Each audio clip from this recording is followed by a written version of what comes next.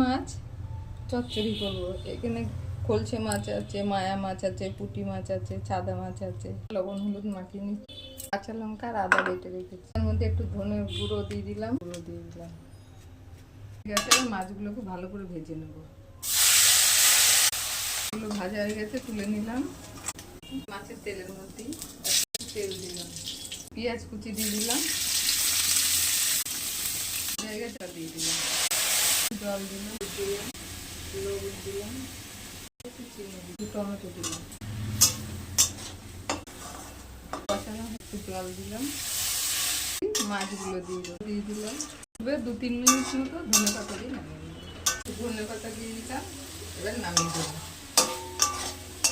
মাছের ঝাল হয়ে গেছে, এইভাবে রান্না করে খাবো।